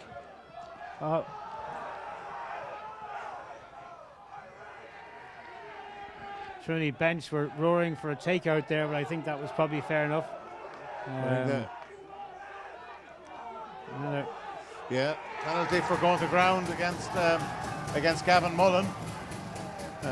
UCD were struggling to get the ball back on their own side, and Mullen decides he would decided to dive on the ball, and the referee pinged them for going to ground. So it's so suddenly big change right now. Fenley kicking for the corner, and he has got a wobbler which has got line out about 6-7 yards from the UC line. Dermot, we could have a match on here suddenly. Yeah, this is in a similar position to where they started off their try-scoring move, their last try-scoring move. It was a line out that was illegally interfered, which set up the series of scrums.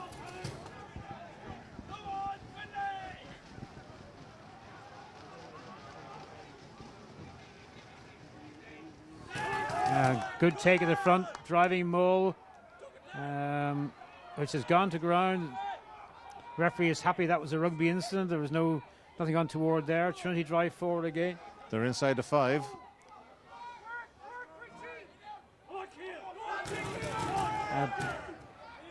Big drive by Rowan Osborne. Oh, it's knocked forward. Knocked on, and now counter-attack from UCD. Counter-attack, yes, they're good. Moving it through the hands. It's Barry Daly, I think, on the far side.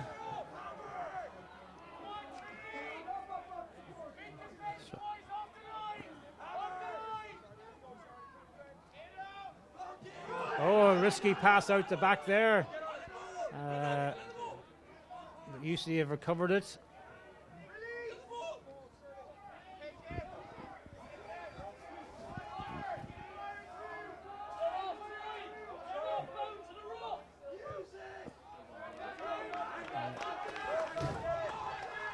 The relieving kick there by UCD, by Nick Peters, has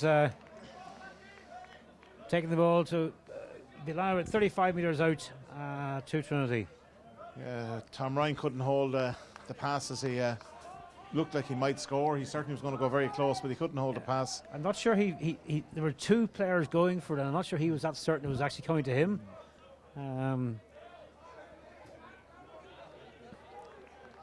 So Trinity line out, 4-man line out, 35 metres out. Paddy Finney to throw again. Oh, that looks trifle crooked, but no, it's okay to go. And it bursts in the middle.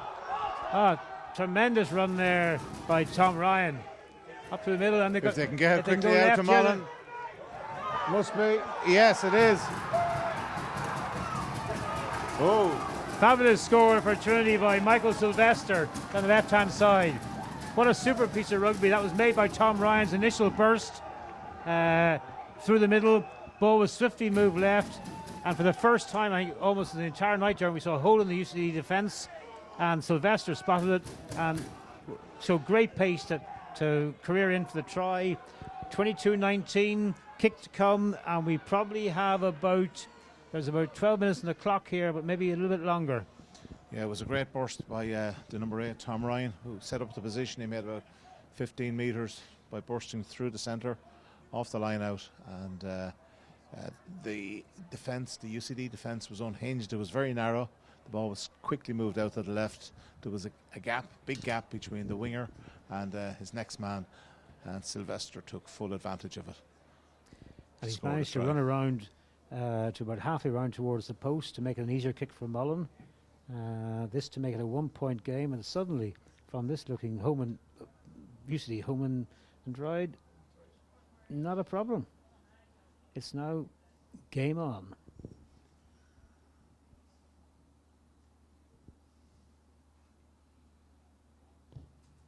And Mullen has pushed it to the right and wide. So it's a 3-point game with a little over 10 minutes to go. There's the drive by Ryan. Ball is quickly back, and Sylvester spots the gap.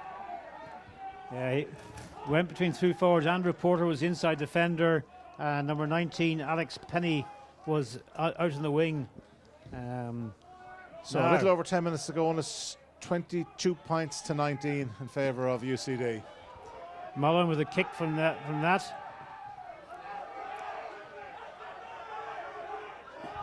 Ball was laid back well there by Tom Fletcher.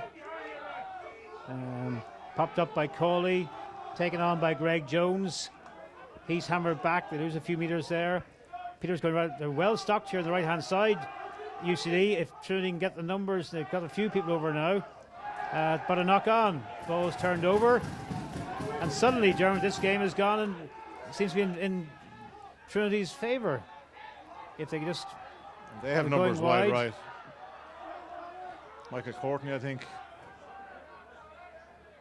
with the drive.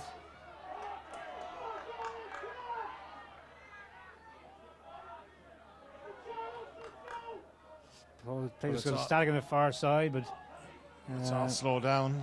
They needed quick ball. Fairness, Keane Dwyer, when he's come on, is good pop.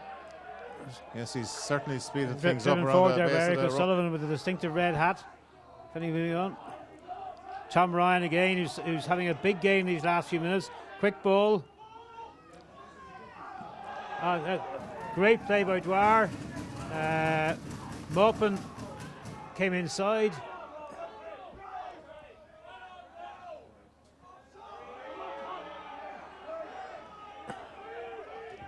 UC supporters claimed the obstruction there, but it wasn't.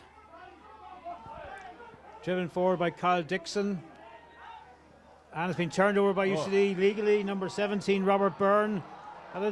Porter drives forward. Oh, so number 8 is Timmins, is it? It's Timmins, yes, driving on. He couldn't link up there with Robert Byrne, who was outside him. Player signaling to go left. Cawley, and a big gap. Greg Jones. Bow. Cawley couldn't hold it. It's gone backwards. A smashing tackle there by Trinity. UCD go left again. They have the numbers. Gavin Mullen junking back inside. Popped up again. Porter. Just all slowed down a bit. It's Rob Byrne again. Rob Byrne is peeling out of the tackle there. Cawley going on again. If they go back the other way now, there's a lot of numbers out on the left-hand side. There's a fine tackle there on Alex Penny. They've drove him back. Trinity, number 19, Keno Dwyer, is unceremoniously dumped out of that. UCD now left. They're popping it. Little short pops. Nick Peters driving forward. They're 2 metres from the line. Vital period, you think, almost 73 minutes gone. If UCD could score here, this might put it to bed. And also, they need one more try for their bonus point. But Trinity's defence is standing firm. If UCD can go left quickly, Trinity are very narrow in defence out in the right-hand side. And Daly is standing free way out in the left. But the UCD pack have decided we're keeping it amongst ourselves here. And they're just going to roll it forward, time after time. Not too pretty to watch, unless you're a UCD supporter. Driven back. Now out to Frawley, who was standing in it out half since Gilson went off. Oh, and a fine pop out of the tackle. That was a lovely pop out of the tackle. I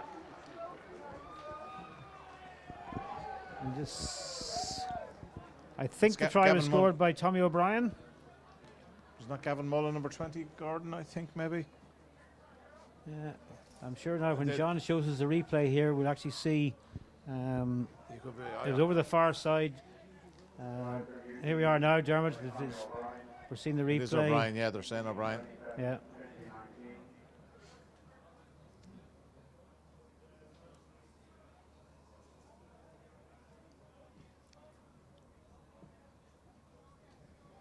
Number of just patiently recycling, patiently recycling.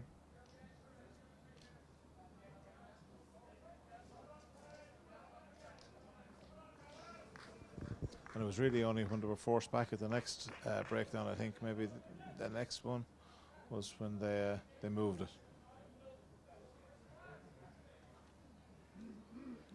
Porter drove on there, and now they're in quick, and now they've got to go under the post. Driven back. This is the last one now. This is where they move it.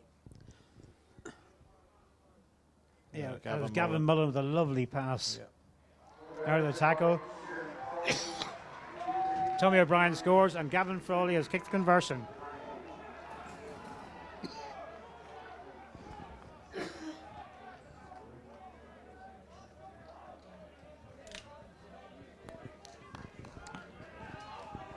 So that's the bonus point now, Dermot, for UCD. Clock here is 4.5 minutes left. Trinity well offside the kickoff there, number 8, Tom Ryan, giving himself every chance. Taken by Timmins and set up. We'll find Peters now kicking long down the field. Yeah.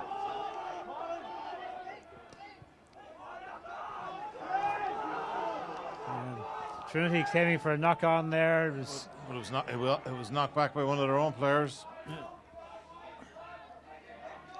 Lim pops it up. Greg Jones goes forward.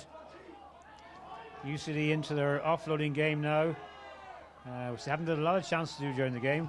Peters sees a gap now and kicks deep, but they're coming back for a penalty to UCD on the 10-metre line for hands on the deck by Trinity again.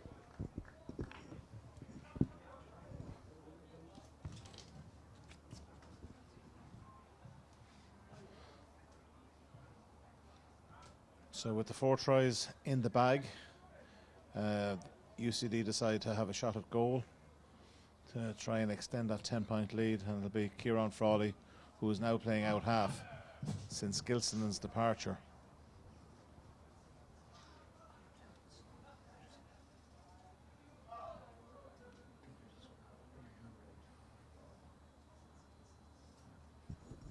Just while Frawley's taking this kick, I'd like to say hello. I was talking to Bobby Byrne beforehand. He was saying he had an email from Carl Sloan, who's in Cairns in Australia.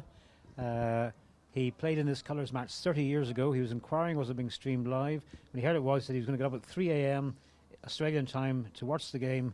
And we'd like to say hello. And it's probably an awful lot warmer there, Carl. So this here is very cold now this evening, even though it's a cloudless sky. Frawley is off target with this one, and Trinity are running it. Okay, let's see what happens here, Gordon. Yeah, they kind of have to. I think Tommy O'Brien was taken by surprise there when, they've knocked it on. They've made a mistake. That'll be a scrum now to UCD, I would think. Yep.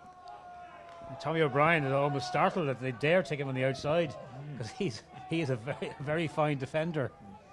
So we're moving into the last couple of minutes of normal time. How would you sum up the game, Gordon? It hasn't been quite as free-flowing as maybe we might have expected, but then maybe colours matches don't tend to be. There's a lot at stake, a lot of tension, big crowd, quite a lot of handling errors on both sides, but Trinity Pack have played extremely well. UCD defence has played extremely well, and when UCD have got ball, they've offloaded and they've looked more direct in their running, and they look more powerful probably than Trinity, and that's probably the difference between the two sides. 10-point gap. Trinity needs some kind of a score to get a losing bonus point. If they could get a try as well, it'll be 2 points. If they get 2 points, and which they might yet need. I'm trying to think where their final match. They've a tough match to finish with in College Park in the last game. Would it be Garryowen at home? Of course, there's nothing easy in Division 1A of the Ulster Bank League at the moment. No. So another penalty to UCD, this time at scrum time, which is something unusual, although it is their second scrummaging penalty of the day. Yeah.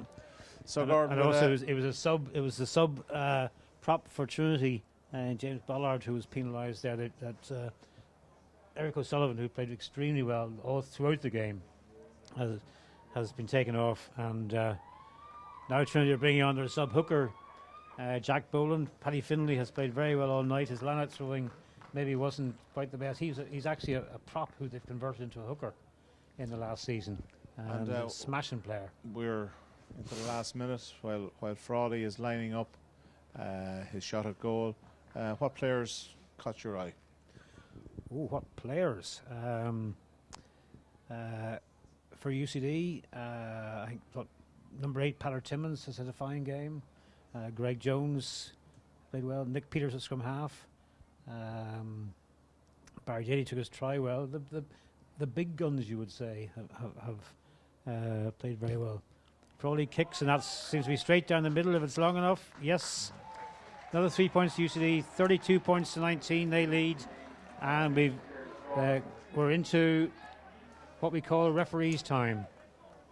For Trinity today, I thought Andrew Keating, number 3, had a fine. In fact, the whole front row played very well, and in fact they really took it to the UCD scrum and put a lot of pressure on the UCD scrum.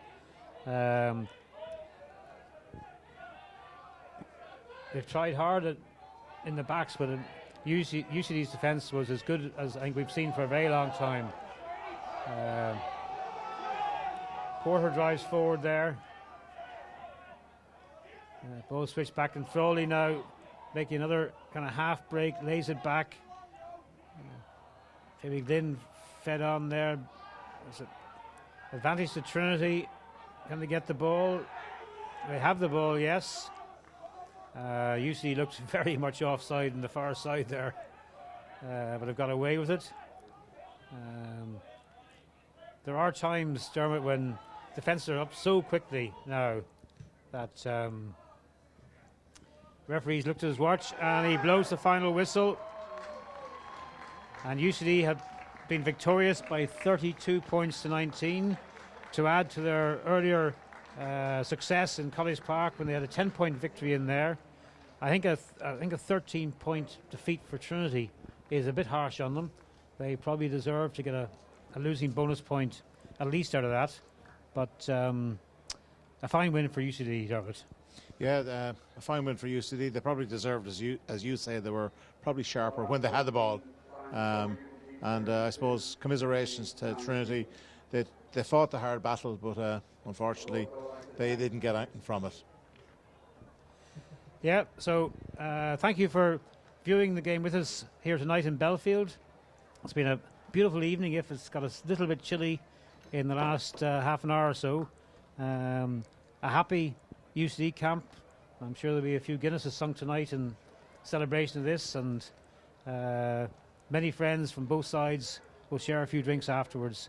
And from Belfield, we bid you adieu. Good night.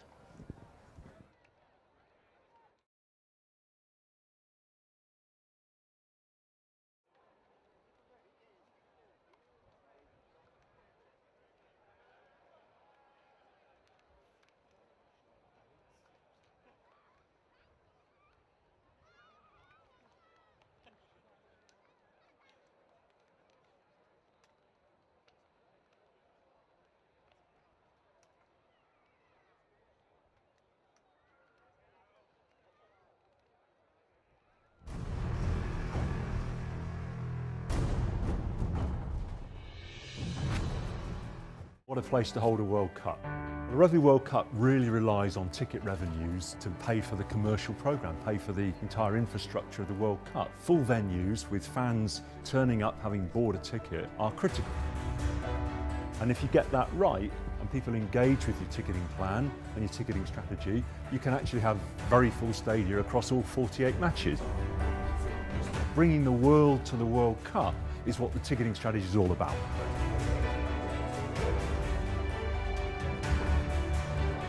Ireland really does pack a punch around the globe. And I think that was one of the clear things that we're trying to demonstrate here today. Tourism Ireland's global greening, for example, went from strength to strength. We were able to demonstrate how that, along with the power of the Irish diaspora, the 70 million people around the world, can really help to build a big part of Team Ireland around the globe and make the Rugby World Cup such a success. There's 10 venues. We've got to invest in those venues to make them suitable for the event. There's lots of marketing, organisation costs, all the kind of costs you might imagine. But as you say, significant benefits associated with ticketing revenues, but also in terms of the tourists. We expect 445,000 people to come to the event, and that's on the basis of looking at what happened in London, in New Zealand and in previous tournaments. So the rigour associated with it, making these estimates has been very detailed.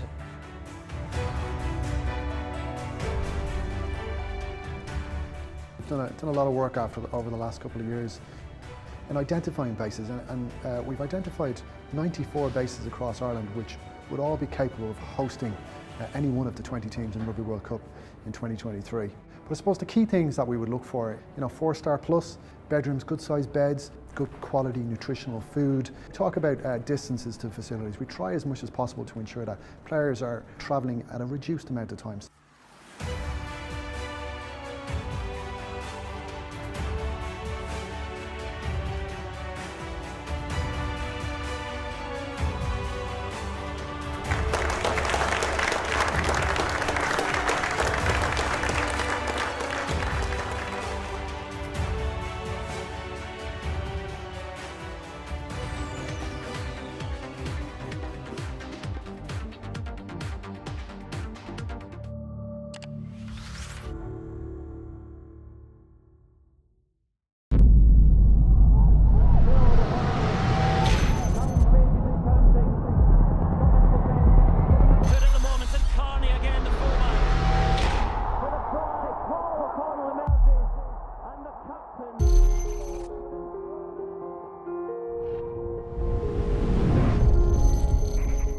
I've been lucky to have experienced so many great moments here, both as a player and a supporter.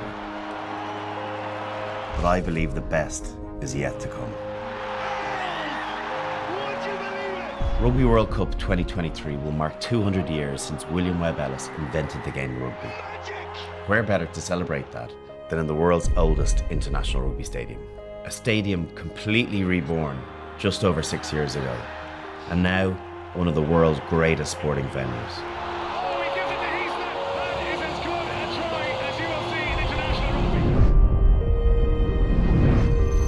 The Gaelic Athletic Association, Ireland's biggest sporting organisation, and a key partner in Ireland's bid to host Rugby World Cup 2023. Over 1.5 million sports-mad people through the gates every year. And this is home, Croke Park. Capacity 82,300, the third largest stadium in Europe. I have a lot of family history here.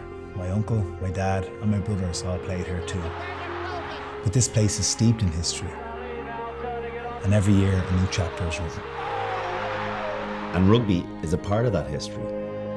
In 2007, England and Ireland played a game here of huge historical significance. A game that symbolised the modern Ireland. Whatever game is played here, the atmosphere is special.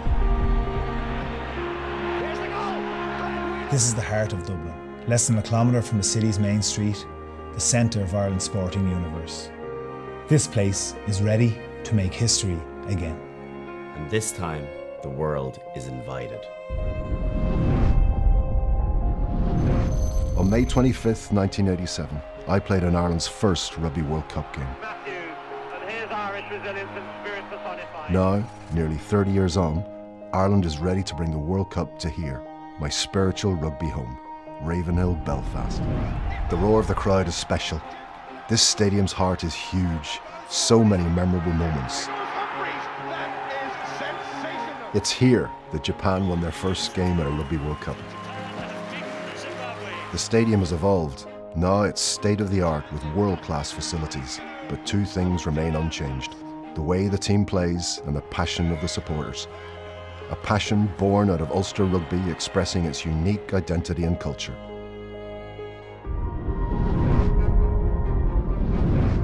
If ever a stadium was a fortress, this is it.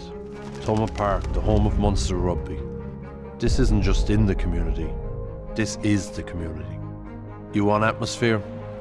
This place has got it.